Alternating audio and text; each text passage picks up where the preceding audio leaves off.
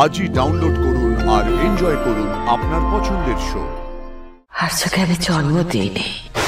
কি বললেন আপনি মাদ্রেলা? আর্যকে আমি জন্ম দিইনি। আমার নিজের সন্তান নয়, তার থেকেও অনেক অনেক বেশি। আর্য নতুন রূপ নেয়, নতুন নাম নেয়, সিংহ রায়।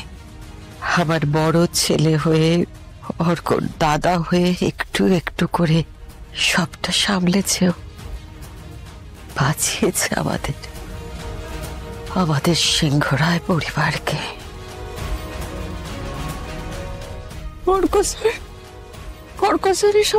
অর্ক এসব কিচ্ছু জানে না অপর্ণা। আরো জানলে যে তার ফল কি হবে সেটাও আমরা জানি না। হয়তো সবকিছু উলটপালট হয়ে যাবে। আর্য শুধু আমাদের স্বার্থে এই সিংহ রায় পদবিটা বয়ে চলেছে। মম, ও তোমাকে কেন কিছু বলেনি জানো? বহু বছর আগে ও পা ছুঁয়ে শপথ নিয়েছিল যে ও এই সত্যিটা কোনোদিন কাউকে বলবে না। আমার ছেলে হয়ে ও আমাকে রক্ষা করবে বলে। কিন্তু আমিও তো ওর মা না। আমি কি করে নিজের চোখে এই সবকিছু নষ্ট হয়ে যেতে দেখি বলো? ও তো সংসারটা সেভাবে করতেই পারেনি।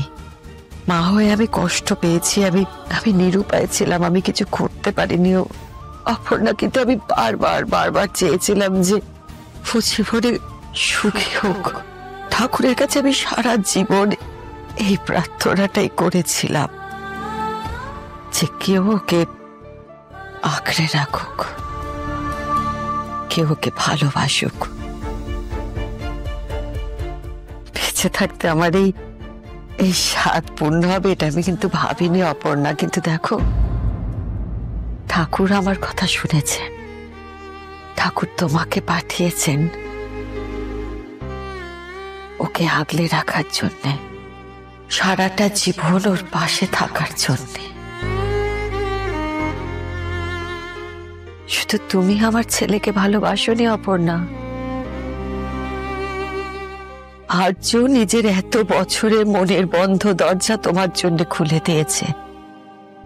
এত বছর বাদেও নিজের সব কিছু দিয়ে তোমাকে ভালোবেসেছে অপর্ণা। তাই আজ আর কোনো অতীতকে আমি তোমাদের মধ্যে বাধা হতে দেব না। এবার সবটা জানলে তো তুমি। এবার বলো, আর কোনো প্রশ্ন আছে তোমার? তাহলে আর মনে কোনো দোটানা রেখো না অপর্ণা। এবার কিন্তু তোমাকে আমি আমাদের বাড়িতে নিয়ে যাব। তুমি এলে তোমাকে আমার মেয়ের জায়গা দেব। সঙ্গে ওই বাড়ির বউয়ের জায়গা দেব বলেও আমি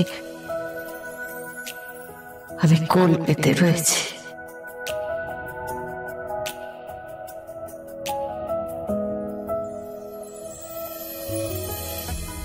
আমার ছেলেটাকে ভুল বুঝো না তুমি।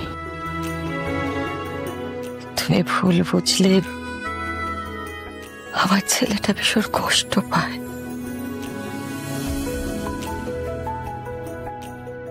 তোমার যা প্রশ্ন ছিল আশা করি আমি উত্তর দিতে পেরেছি। বাকিটা তোমরা দুজনে কথা বলে মিটিয়ে নিও।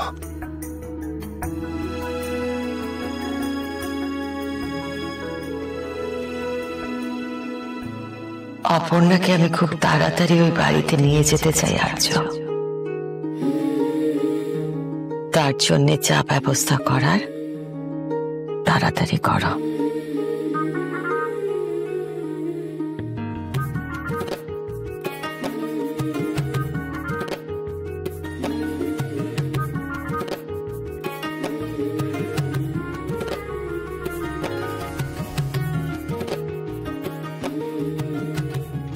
সরি। খুব দুঃখিত, খুব দুঃখিত।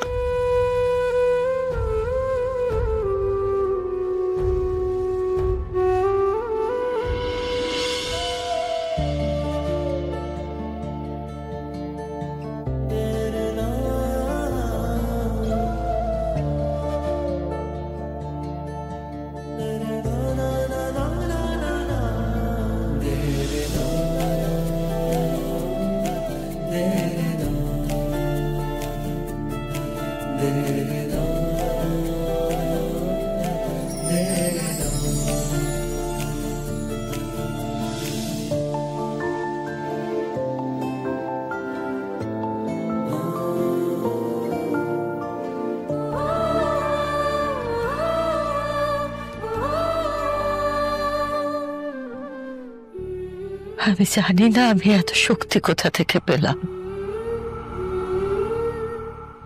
কি করে আমি এতগুলো কথা বলে ফেললাম। হয়তো তুমি চেয়েছিলে তাই আমি এই কথাগুলো বলতে পেরেছি। আজ আমি মুক্ত, আমার মুক্তি হয়েছে। বুকের ওপর থেকে একটা বড় পাথর নেমে গেছে। এতগুলো বছর পর আমার মন হালকা হয়ে গেছে। আর চোখেও মুক্ত করেছি সমস্ত বাধা বিপত্তি বাঁধন সব থেকে। এইভাবেই পাশে থেকো তুমি, যেন সব ভালো হয়, সব যেন এবার ভালো হয়। ঈশ্বর, কি বললেন আপনি মাদ্রেলা?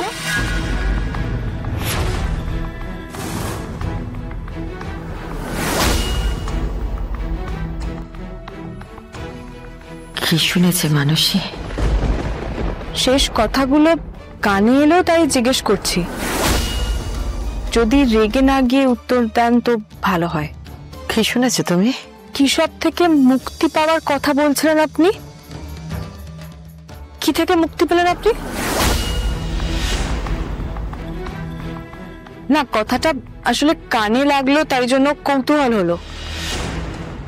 তাই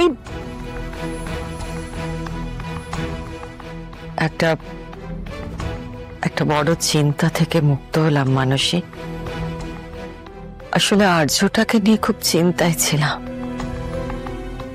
সেই চিন্তা থেকে মুক্ত হয়েছিলাম বলে ঠাকুরকে জানাচ্ছিলাম।